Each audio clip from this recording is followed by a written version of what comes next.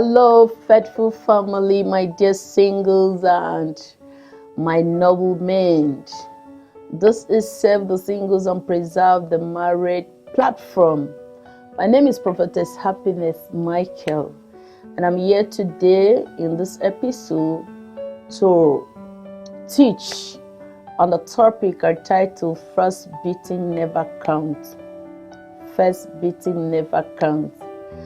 You know, my intention in your life is always for you to have a successful marriage, a peaceful home, and being happily married. To the singles, I know you may not really understand what it means to have a bad marriage, but I want to tell you that it is really, really bad.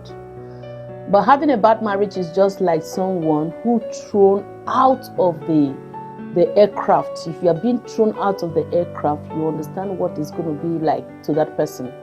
You will be pieces. You will not be recognized. So it's just like a flight that thrown someone out of the flight, and then you landed and be broken.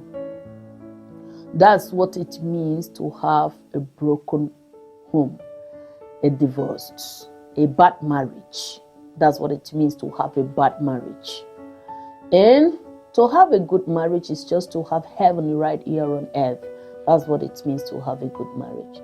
So my duty here is to help you to have good marriage and a successful home and a peaceful home here on earth. Peaceful home, successful marriage, and being happily married. That's my intention, my passion, my drive, and all what I want for you. This is my wishes for you. So now, I want to speak on first beating never counts. I know you're going to be wondering what it is. But this means that when you are newly in the marriage as a single person, you just walk into that classroom called marital classroom. You know, the funny thing about this classroom is that you get your certificate before resumption of the school.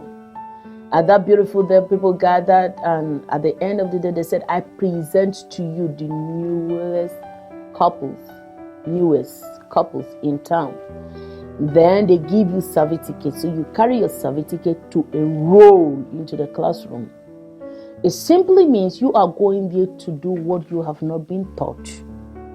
And that's why this classroom is meant for you, to learn what you need to know in the marriage. So first thing I want you to know today is first beating never counts. What is the first beating? When you newly get married, there is this what we call feedback in the church, or maybe in any platform. They call that box feedback. It's always at the altar or in any stage. When the big speakers are there, here, then there's one other one that will be at that stage or altar. They call it feedback. Now, what that feedback does is when you are talking, he gives you an echoing of your own voice to let you hear yourself, okay? Now, when you get into marriage, a lot of things like this happen. You can be married to someone you don't know his temper, okay? And the person may not really be able to control himself when there is a conflict. So at the end of the day, the person may just slap you. Mostly, this hand lifting is always come from the men. So if this person slap you at the first time in your marriage, please, it is an exam. This exam is to let you know if your husband is a wife beater or not. Yeah, that is what this is going to let you know. There will be, at that first year of your marriage or first 6 months or whatever, there will be a misunderstanding and argument that will happen. And the man will look at you and doesn't know what to do. Especially those men that don't know how to talk. They may not know how to talk. They may just want to raise their hands to answer you the question you have asked them, or to talk back at you. They may want to raise their hands. Now, when they raise this hand upon you, this helps you to know if they are a wife beater or not. How do you know if they are wife beater? They will regret what they did a few hours, not minutes, a few hours after. Then they're going to feel bad. Some will cry, some will plead, some will do one thing or the other. But if the person is a permanent wife beater, he will rejoice that he actually did. So that will give you an insight on what to do instantly. On this both incident, shout, call, blow an alarm, include friends or family member.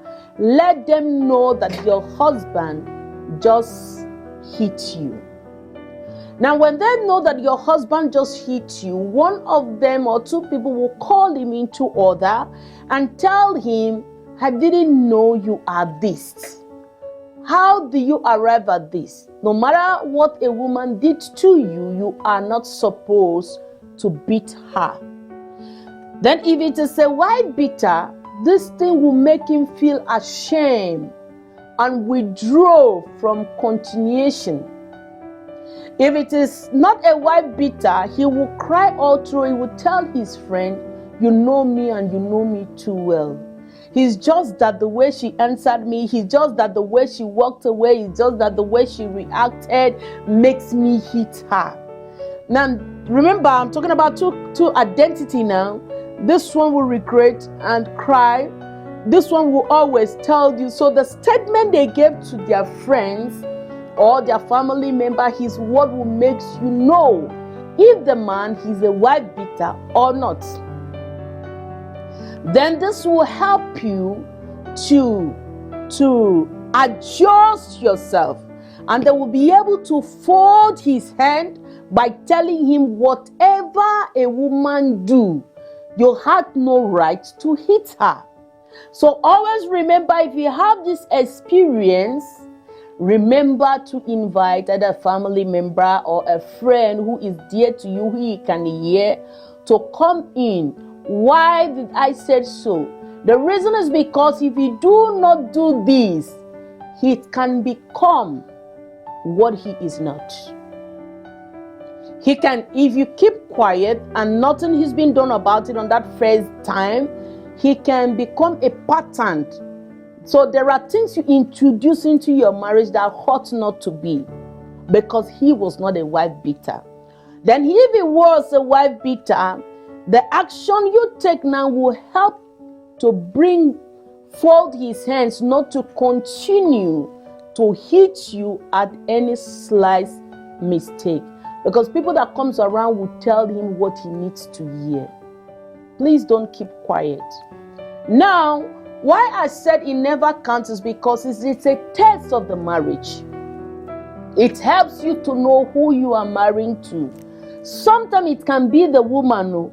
The woman may be the type that when she's hungry, she's going to provoke, hits you, break bottle on your head, throw away the television, carry the house upside down, the roof will not be on the ground, the foundation will be up. When you discover it is this kind of a person, that first incident, don't wait until it happened 1, 2, 3, 4 and say it has been beating me. She has been beating me. No. Or she just, at that moment, she didn't know how to give the next thing, the response or what to do. Then she slaps you. And you said, my wife has been slapping me, have been keeping quiet all this while because I didn't want anybody to know. Don't try that. If you try that, it's going to become a pattern. It's going to come to stay. If you do it, this will come to stay. It will make your home, slap will make your home a living place. So don't do it. At that first incident that happens, make sure that 1 or 2 people hears it and come to stock sense into that person. Now, what does happen is that it's going to make that person ashamed. The talk makes him ashamed or makes her ashamed. And when he's ashamed, next time, because the argument will always come, couples must argue and they must quarrel to settle. Anytime quarrel comes, this is one thing you need to know. Quarrel comes because there will be a profit. There's always a profit in quarreling. In the days of my mother, when my mother and my father has issues, my father has to bake my mother, he will buy a wrapper. So there's always a profit. This in our generation, they may take you to Mr. Big, they may take you to abroad, they may ask you to travel out. There's always a profit. You understand now? Because they need to take, at the process of sorry, they must use something. You cannot appease the the priest empty-handed. You understand now? So there's always a benefit in quarrel. Benefit in misunderstanding in marriage is that he brings changes. So don't be afraid of this misunderstanding. He brings changes. He makes people become. It makes you be disciplined and become a better person. That's the benefit of it. So when you do that, it makes that person ashamed and now discover that one person has heard that he beat his husband or he beat his wife.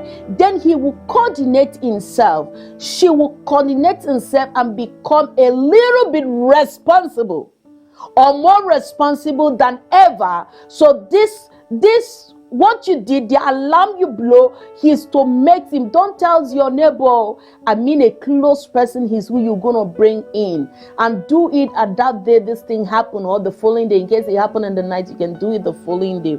Okay, this will shut the door of first beating. It will close the chapter of first beating. Now the next thing I want you to know is this: when I said first beating never counts. So when this case is being settled, the person come and talk things over and you guys are cool in number, don't do anniversary over this first beating. It is not necessary. Don't keep saying, that's how you beat me that day. You are a wife beater or a husband beater. You remember on the 29th of August 2021, you slapped me. Have you forgotten? Today is 29th of August 2022. That was the exact day you beat me. No, it is not necessary. Don't do anniversary over it. Don't celebrate it. Don't keep the birthday. Delete it out of your mind. Let go, because it was trying. It was a season of feedback. You may talk and talk and talk, and the person doesn't know what to do next. He will just give you a feedback of what you are doing, or you may misbehave, or your conduct may not really be okay, and the person didn't know how to act. Depression is not far away from frustration.